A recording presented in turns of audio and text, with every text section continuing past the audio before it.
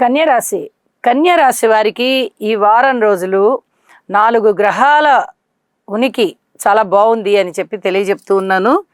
షష్ఠ స్థానంలో రాహు బాగున్నారు, నవమ స్థానంలో శుక్రాచార్యుల వారు బాగున్నారు, దశమ స్థానంలో రవి బాగున్నారు, బుధుడు ఏకాదశంలో బాగున్నారు. 4 గ్రహాల ఉనికి చాలా చాలా బాగుంటూ ఉండగా ఇక్కడ వారాంతంలోకి వెళ్ళేటప్పటికీ రవి గారి స్థితి ఏకాదశంలోకి వెళ్ళి బుధాదిత్య యోగానికి వెళ్ళింది.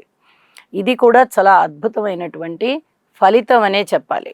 దశమాధిపతి రాశ్యాధిపతి ఇద్దరు అయినటువంటి బుధుడు లాభస్థానంలో ఉండడం అనేది చాలా విశేషం. ఇది చాలా చెప్పదగినటువంటి సూచన కూడా. అలాగే కొన్ని రకాల జాగ్రత్తలు కూడా తీసుకోవాలి. జాగ్రత్తలు ఎలాంటివి అనేది మళ్ళీ చెప్పుకుందాం మనము.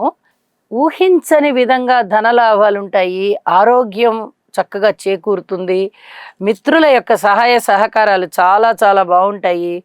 ఎవరితోటైనా శత్రుత్వం ఉన్నట్టయితే మీకు శత్రుత్వం తగ్గుతుంది.